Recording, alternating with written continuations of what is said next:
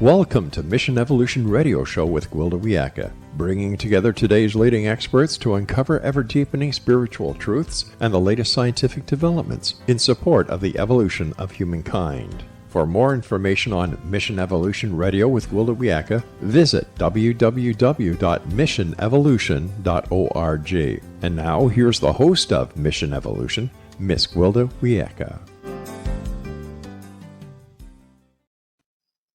Welcome. I'm so glad you can join us on Mission Evolution, where we bring the latest knowledge from today's leading experts to support your evolutionary process. I'm your host, Gwilda Wiyaka. This hour, we'll consider redefining the boundaries of love. With so much thought, literature, and discussion dedicated to the subject of love, it's amazing how shallow our concept of it remains. When it comes down to it, love is the driving force behind all things. Yet we view it as something that has a beginning and an end. I will love you till death do us part. More likely till divorce do us part. But does love end with death or divorce? If it does, was it ever really love to begin with? What's the difference between the love that ends and that which drives the universe? With us this hour to discuss evolving our concepts of love is Matthew McKAY. Matthew is a clinical psychologist, professor of psychology at the Wright Institute, co-founder of Haight Ashbury Psychological Services, and founder of the Berkeley CBT Clinic and co-founder of the Bay Area Trauma Recovery. He has authored and co-authored more than 40 books, including his latest, Love in the Time of Impermanenceis. His website, seekingjordan.com. Matthew, thanks for joining us on Mission Evolution. It's my pleasure to be with you. This is a topic that is near and dear to, I think, everyone's heart and so misunderstood. What brought you to focus on love? Well, there are a couple of things. I mean, one is that I'm a clinical psychologist and I specialize in treating couples, and I have for well over 40 years. And so I have witnessed the death of love, sadly, many times. And I've learned a lot about also what keeps love alive, what sustains it in the face of change, in the face of impermanence. So I've gotten a lot of lessons from all of those people that I work with. The other thing that's affected me is, in terms of love and loss, is the loss of my son 14 years ago, and realizing that the love between us could continue in the face of that enormous change, and that we can love and continue to have relationships with those on the other side. So those are two things that have affected me deeply and made me want to really explore love and how to hold on to it. I'll need you to speak up just a little bit so I can hear you better. That's okay. So losing your son, and you say love lasting after death. Most people disconnect from love when they lose a loved one as part of the mourning process. Why is that? I think it's because for many of us, there's this belief that soul is gone, that that soul is no longer exists, no longer conscious, that the love and the relationship has disappeared. But nothing could be further from the truth. Souls who die and are in the afterlife remain fully conscious, fully aware. Their love for us continues. They continue to watch over us. Often they will guide us if we listen. So the love and the relationship continues, and I have, discovered that in my own life. And so that's one message that I would like people to understand, that just because someone has died doesn't mean that that relationship is over or that they cease to exist. They still are there. They still love us. We still love them. And we continue to have a relationship. So Matthew, you're scientific based. What evidence do you have that the souls do indeed remain versus just ceasing to exist? Well, there's actually a lot of evidence that our souls are not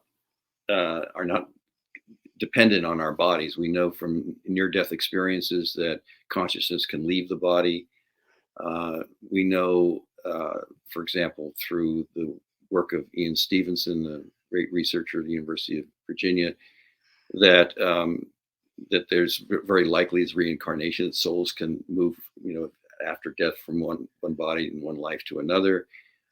We know from the work uh, of Michael Newton, who wrote a book about all of his research through hypnosis, for people being able to describe the afterlife. 7,000 people described under hypnosis the very same kinds of structures and experiences in the afterlife. So we have actually a lot of evidence that souls survive, that there is an afterlife, and that the relationships continue between those who are living and those who are on the other side.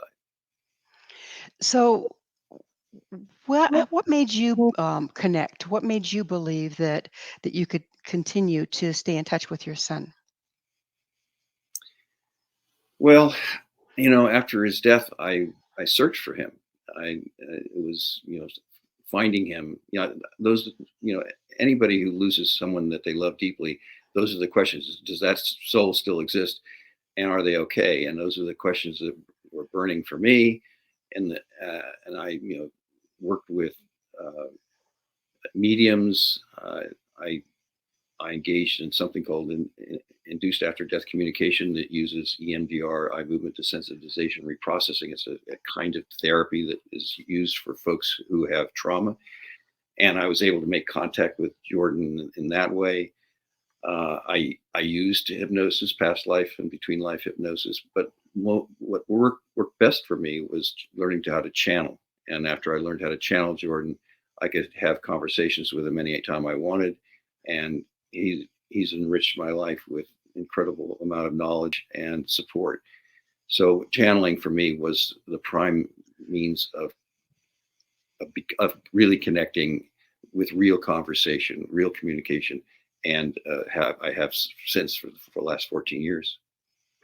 So, backing up just a little bit, would you mind defining love as we're going to be working with it here today?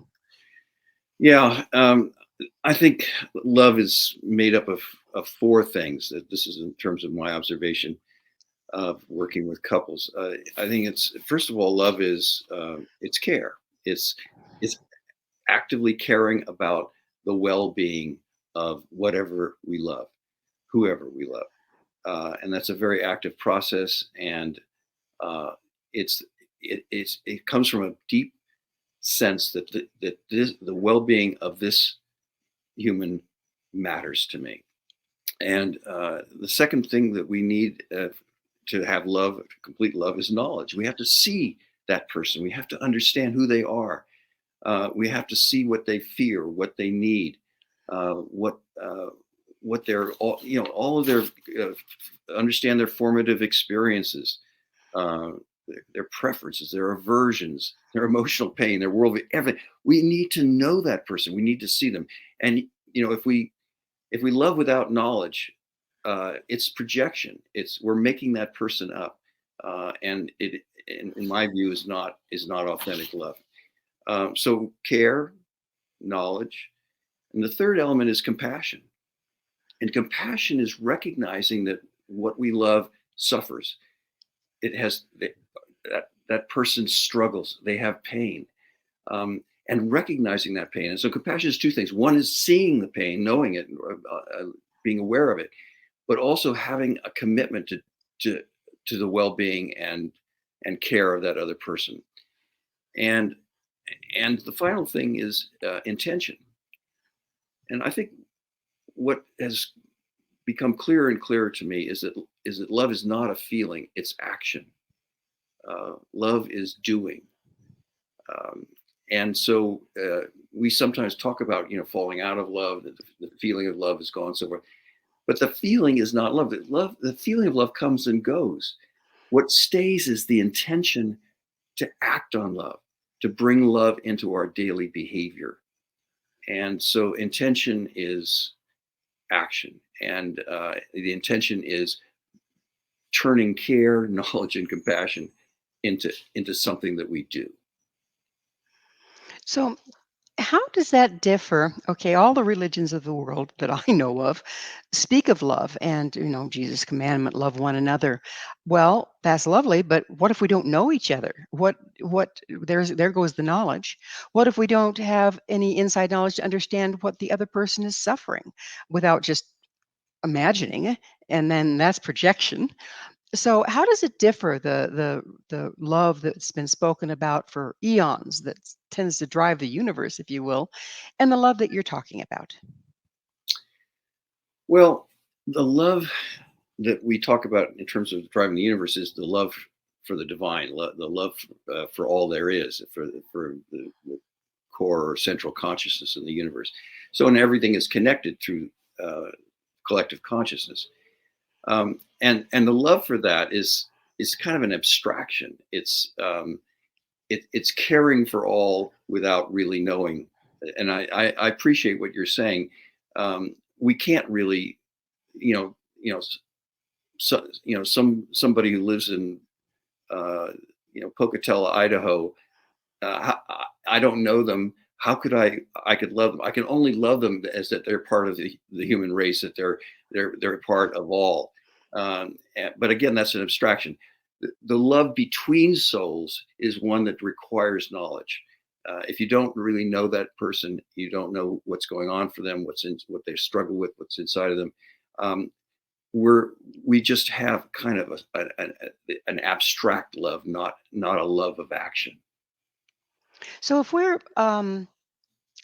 we love someone, are we connecting with that universal flow from the unified field and then directing it specifically to an individual, or are they related at all? I think the love of the individual is our doorway to that larger lover and connectedness to everything. I don't think we go through connectedness to everything to that individual love. I think it works the other way around. It starts with a love built of the knowledge of this person, this human, and the specific caring and compassion that we have for them. And then through that, we arrive at the love of the larger universe. That makes sense because love is a frequency, right? And so if we're engaging that frequency on a one-on-one, then that gives us access to the frequency itself. That would be my view. Yes. Okay. So does love really end then? It doesn't sound like it.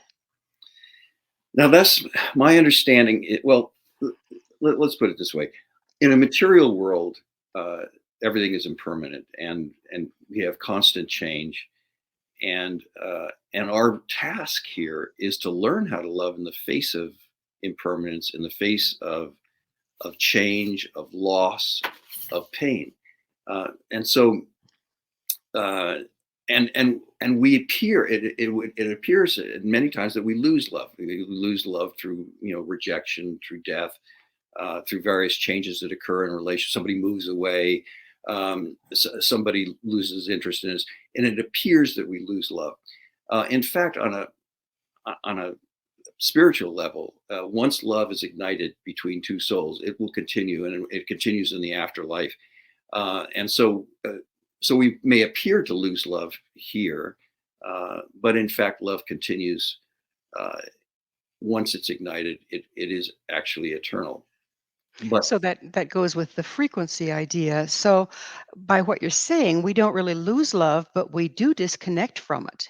we Is that disconnect from it here, and we disconnect from it because it appears that the person has changed in some way, or there's something about them that we've lost our desire to be with them or connect to them.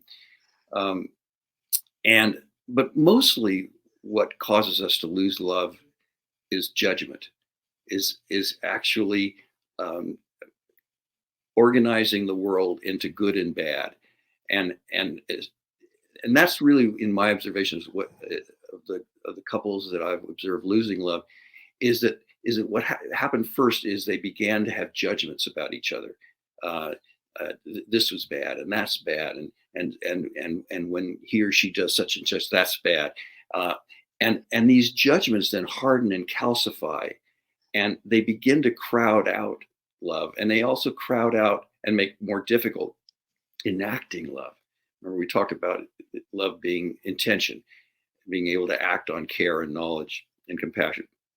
And judgment actually paralyzes us, makes it very hard for us to act on love. So as judgment rises and this good, bad ideas about the other person get stronger and harden, the ability to act on love diminishes.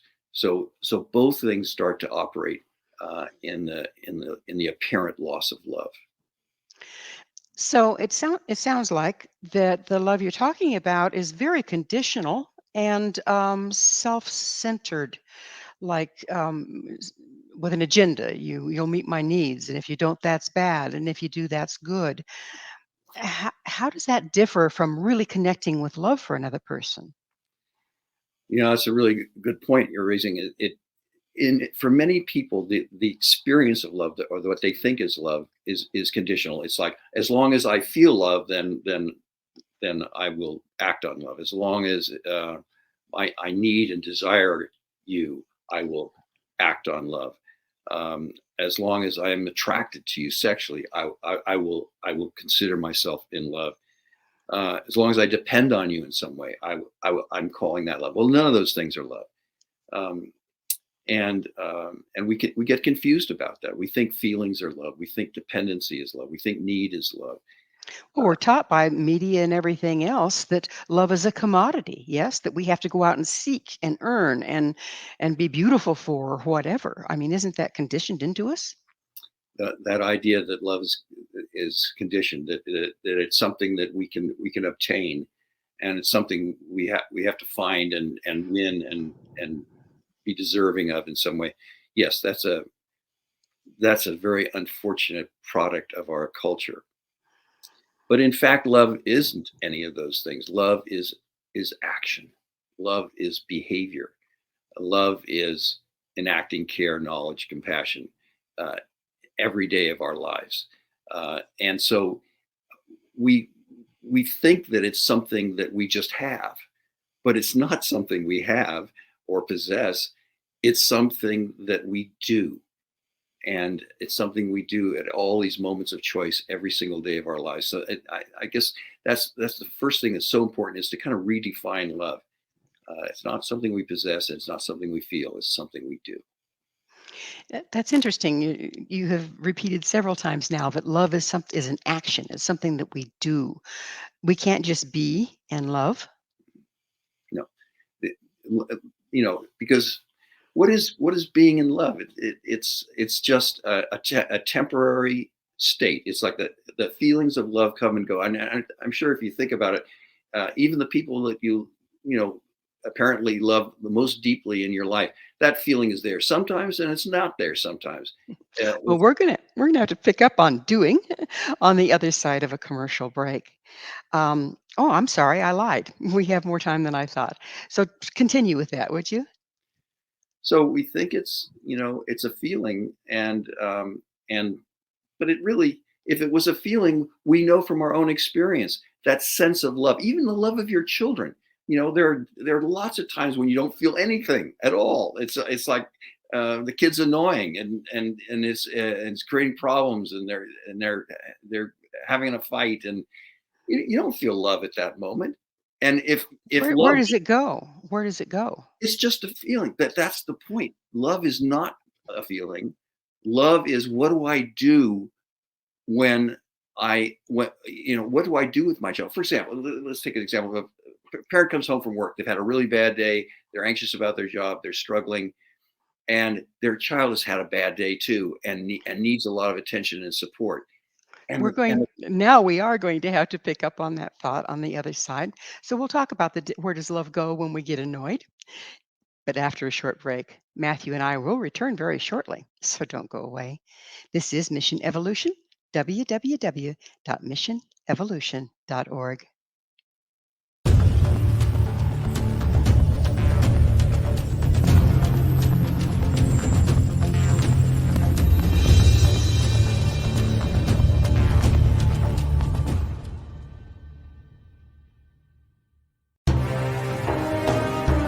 To be accosted in her bed and abducted by aliens was the last thing Michelle expected. Yet the fateful morning of her destined death changed everything. Lord Lan Ramos, Alpha King of Vidar, the monstrous befanged alien looming over her bed, was her destined mate come to save her from certain death. He is a telepathic mute shifter. Can Michelle accept him and his animal? Once on Lan's home planet, Michelle becomes increasingly psychic, revealing her as the fabled Oracle of Vidar. As factions conspire to destroy them, will they overcome mounting threats? Will Michelle's growing gifts save them, or ultimately destroy her? Don't miss this sci-fi shifter romance with charismatic and engaging characters. Get your copy today, The Oracle of Vidar, available on Amazon or CahiraO'Donnell.com. That's CahiraO'Donnell.com.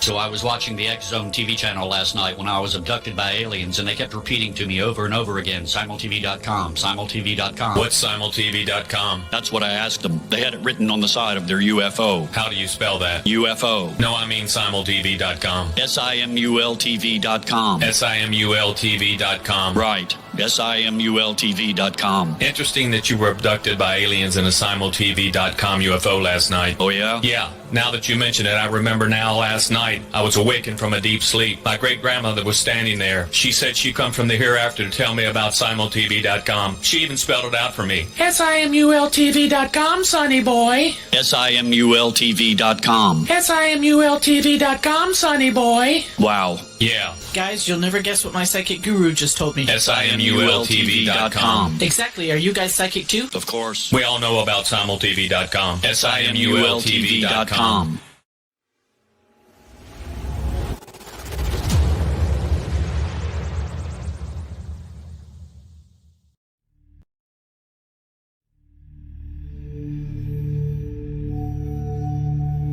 Do you enjoy paranormal, sci-fi romance, yet find yourself tired of the same old themes and storylines? Then you won't want to miss Kahira O'Donnell's latest exciting release, To Taste You Again. Alien Lord Cain McKean knew the moment that his destined mate was born. He watched from afar, waiting for her to grow from child to woman. However, before she was old enough, she was stolen from her home world by flesh pirates.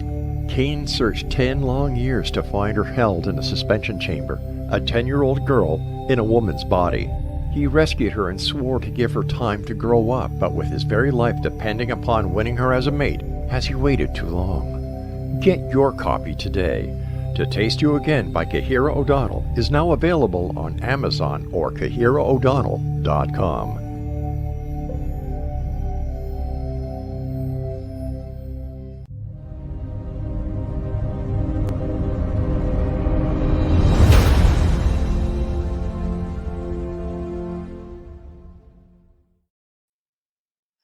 Hello again.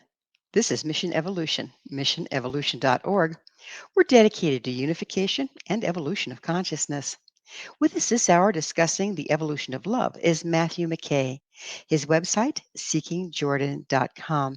Matthew, we were talking about how love requires, you say that love requires doing, and that then we disconnect from love if the kids are irritating us or this or that. And I'm still a little bit confused on that because to me, what if a person that's, on their deathbed, they can't hear, they can't see, they can't respond, but they still love their people, the ones that are surrounding the bed. So how does that add up with what you were telling me? Well, they're aware of love and they're aware that they have a relationship with all those people around them on the bed that has been built by love. It's been built by caring, knowing, and deep compassion. So the relationship has been built up by all of that behavior, all of that caring, compassion, and knowledge. And so, at the moment the person may be, incapacitated, but the relationship has been built on behavior, on acts of love. And so I guess I'm I'm suggesting that for the most part, love is behavior. It's what we do. And the example we were talking about a little bit ago was, the a parent who's exhausted, who's themselves disturbed by a day at work, and a child needs them for support. At that moment, the child is annoying them. The child is crying, and the child is upset. They're not actually feeling love at that moment, but they can act on love in spite of their tiredness, in spite of their anxiety, in spite of whatever else is going on for them. And that's the task of love, is how do you act on love in the face of pain, in the face of your own exhaustion, your own anxiety, your own hurt. Another example would be, two partners who, one makes some critical remark of the other, and that partner is now feeling hurt. They're feeling kind of rejected. There's maybe sadness or shame that they're experiencing, and maybe even anger.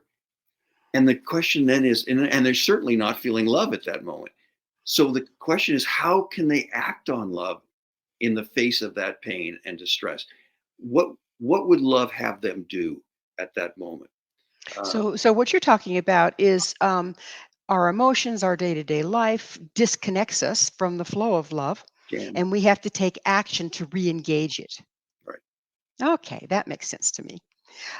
So let's change gears a little bit here. How much is our ability to love dependent on our self-love?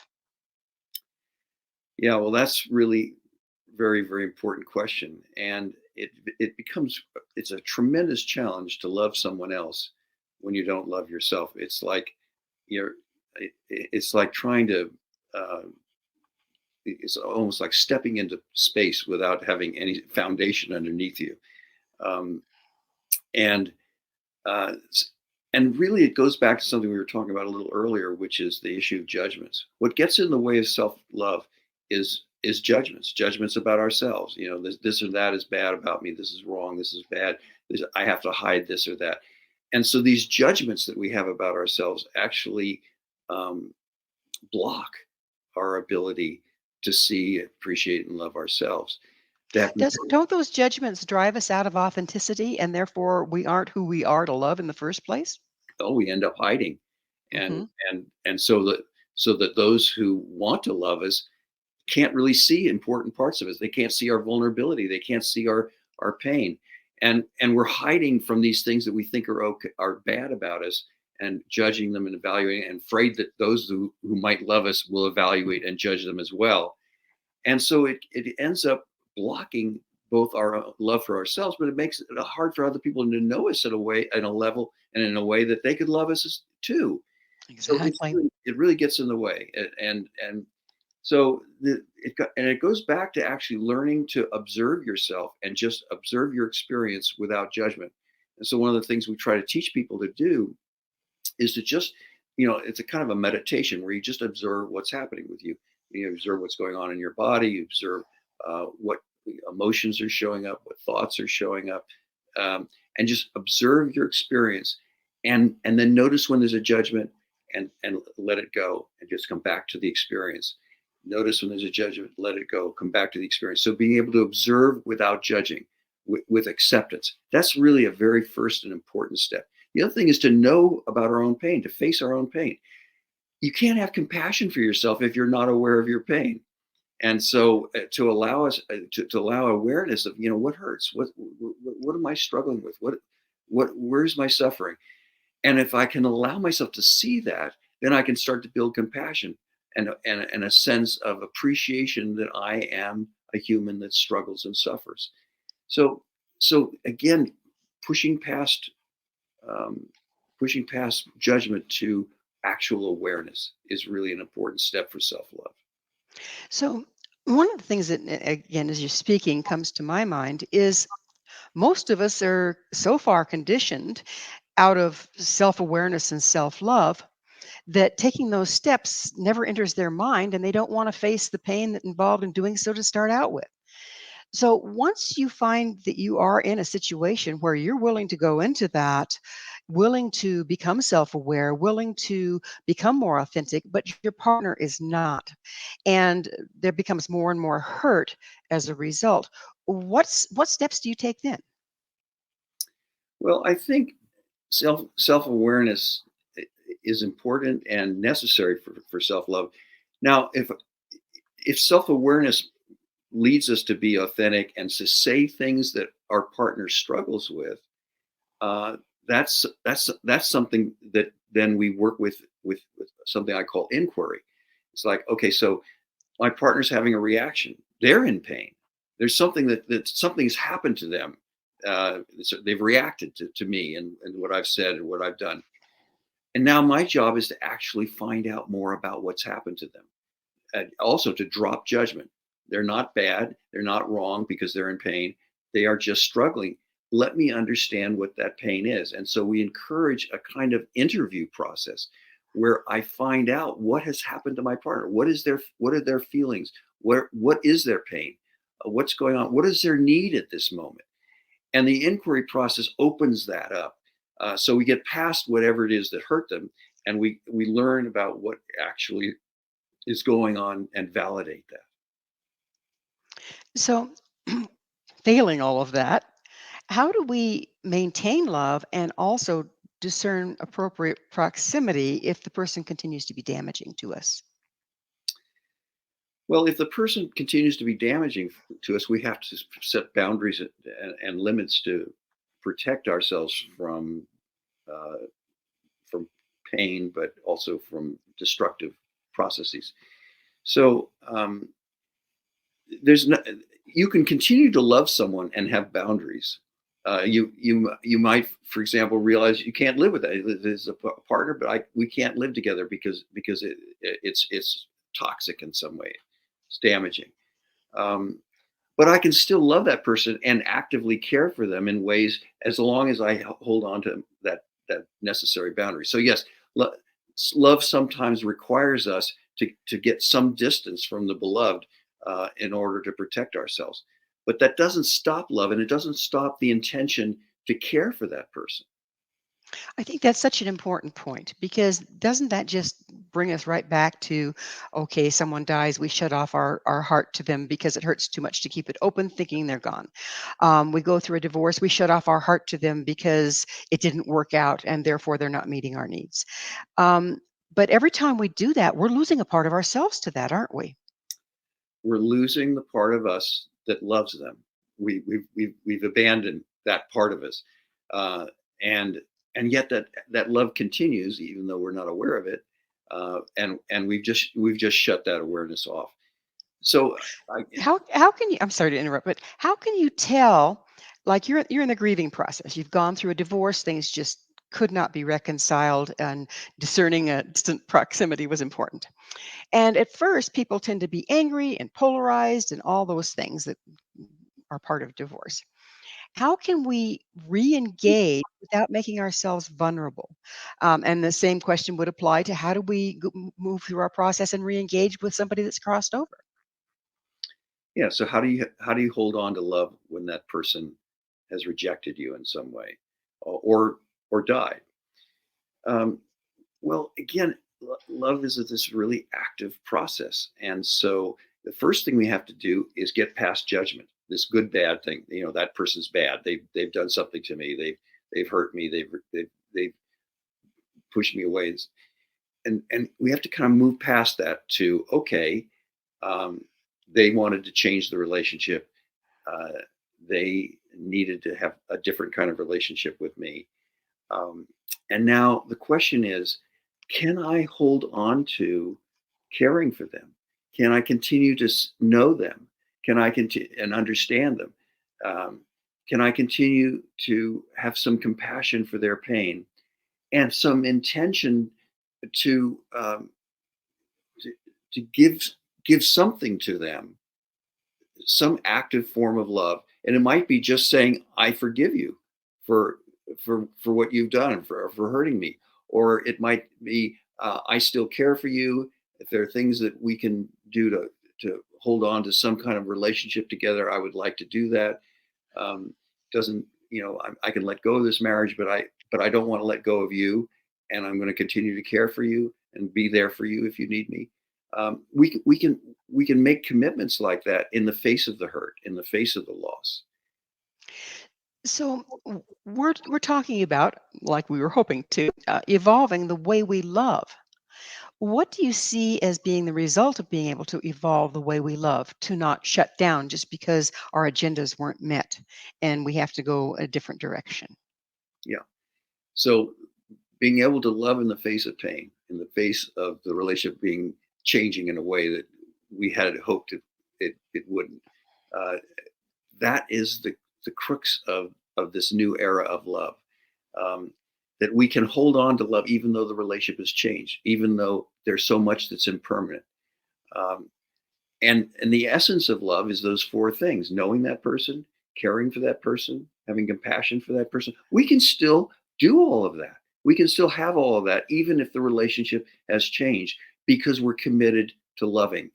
We're committed to loving in the face of whatever pain or disappointment or loss that we've experienced.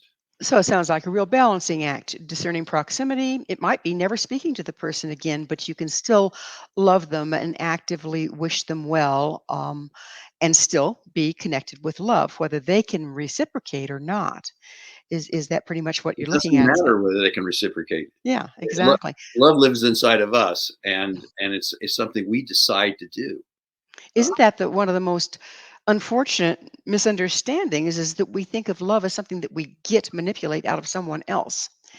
And if we can't get enough, if we don't, then, well, there must be the wrong person. Off we go. It's a very unfortunate way that we look at it at this point, isn't it?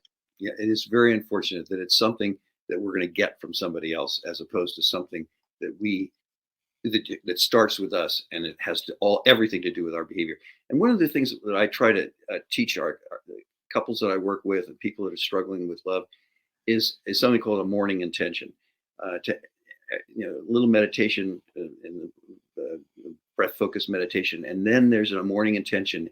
And the morning intention is to just look over your day, the kinds of things you're going to be doing, the people you're going to be talking to and engaging with, and you say to yourself, today at the moment of choice, I am love.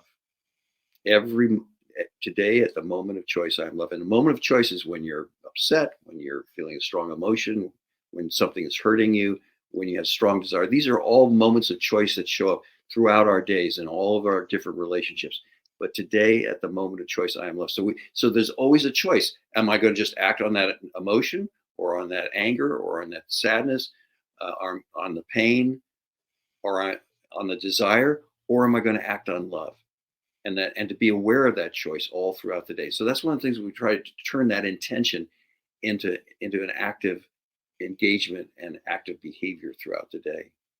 So when you do that, you're basically not playing the game. Somebody else gets polarized, gets triggered, and instead of jumping in there with your own damage, and pretty soon you guys are on opposite ends of the table, you're just staying neutral and channeling love into the situation. Then whatever they do is their choice, but you're not participating in the polarization. That's right. And so today at the moment of choice, for example, for that parent who's tired and exhausted and anxious, the child needs me. Today at that moment, even though I'm tired and anxious and upset, I am love. Even though my partner has just said something that really hurt me and shamed me, today at the moment of choice, I am love.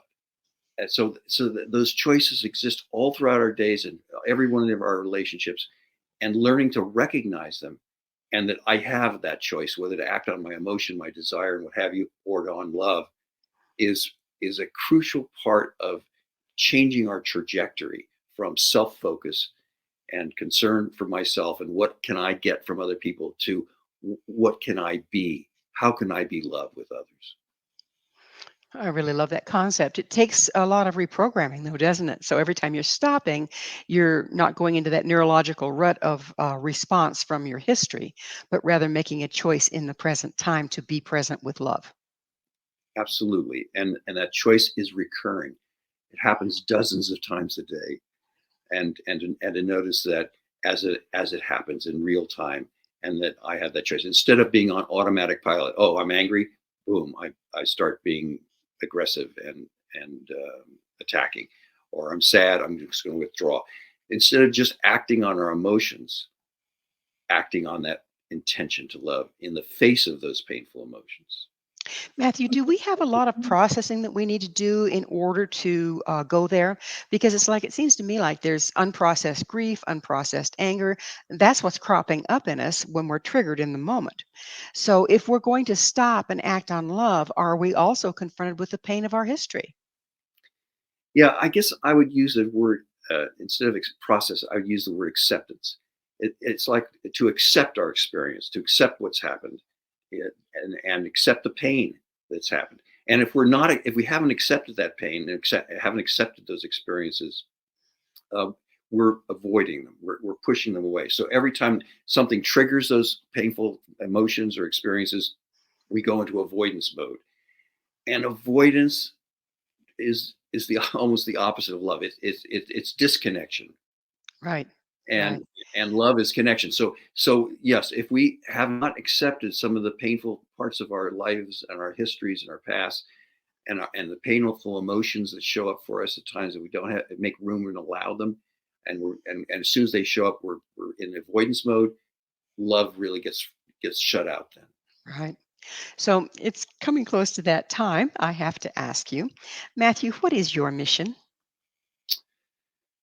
Well, my mission is to teach, and that's what I am. I'm a teacher, and I teach in various ways through the books. And I'm a professor of psychology, and I teach by working with my clients to try to teach them ways to live and love that are effective. So yeah, I'm a teacher. And again, we're real close to being out of time, but what's your vision if we all start engaging love versus triggers? Well, what will happen if we start acting on love instead of these emotional triggers is that first of all, we're going to live. Our environment is going to change, and instead of an environment in which we're struggling and pushing against people or trying to get stuff from them, we're going to live in an environment of love. Because we can create that ourselves, regardless of what the other person is doing. We can create the environment of love by And our that own choices and actions. and that is a beautiful message that we're going to have to close on because unfortunately we are out of time. Matthew, thank you so much for coming on the show. My pleasure. Thank you. Our guest this hour has been Matthew McKAY, a clinical psychologist, professor of psychology, and the author of over 40 books, including his latest, Love in the Time of Impermanenceis. His website, seekingjordan.com. This has been Mission Evolution with Gwilda Wiyaka. For more information or to enjoy our past archived episodes, visit www.missionevolution.org. Please be sure to join us right here next time as this mission continues, bringing information, resources, and support to a rapidly evolving world.